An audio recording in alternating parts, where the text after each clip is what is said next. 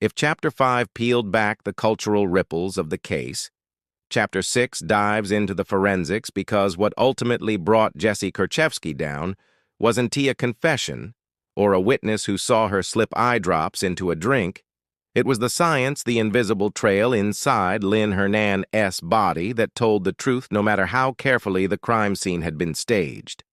Toxicology has long been one of the quiet heroes of true crime, the discipline that turns blood, urine, and tissue samples into smoking guns. And in this case, it was the precision of toxicologists that exposed the murder method. When Hernan's body was first examined, the coroner noted nothing glaring, no bruising, no gunshot wounds, no signs of trauma. So the initial suspicion leaned toward suicide, especially with the pills and alcohol nearby. But the toxicology panel changed everything.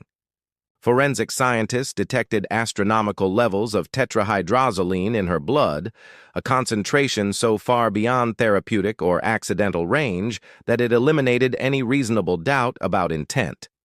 To put it into perspective, medical experts explained that just a few milliliters ingested can cause dizziness or fainting. But Hernan's levels suggested repeated ingestion over time or a single massive dose, both scenarios inconsistent with a woman who had never before indicated any knowledge or desire to self-administer something so obscure. What made the case remarkable is that tetrahydrozoline isn't a part of every routine screening.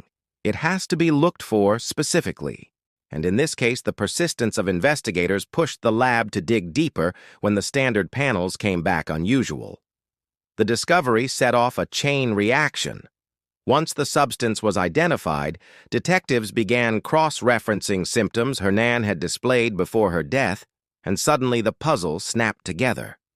Friends recalled how she complained of fatigue, sudden dizziness, nausea, and a general fogginess that seemed out of character.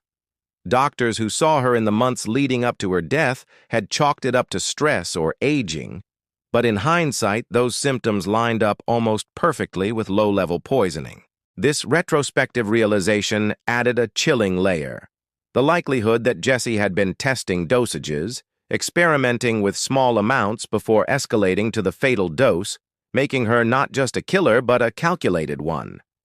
The science also reinforced the staging of the crime scene as deliberate deception, because if Hernan had truly wanted to end her life, she had far easier, far more predictable means at her disposal.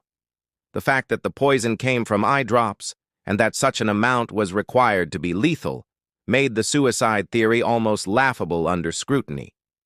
Prosecutors leaned heavily on this in court, bringing toxicologists to the stand who testified with absolute clarity that the substance was present in lethal concentrations, that the ingestion could not have been accidental, and that the source was almost certainly repeated administration by someone else.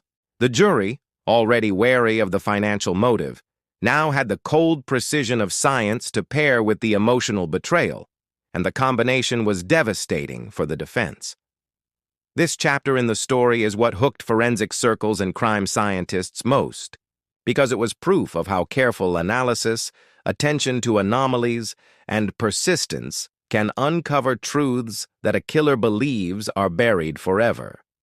It was also a warning that everyday substances might demand more attention in forensic labs, because the line between household product and murder weapon isn't always as clear as I'd like to believe.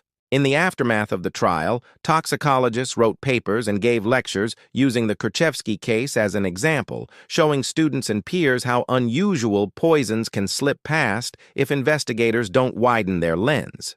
And for the public, hearing scientists explain in plain terms how eye drops can literally stop the heart made the story feel all the more surreal, because it shattered the illusion of safety we associate with over-the-counter products.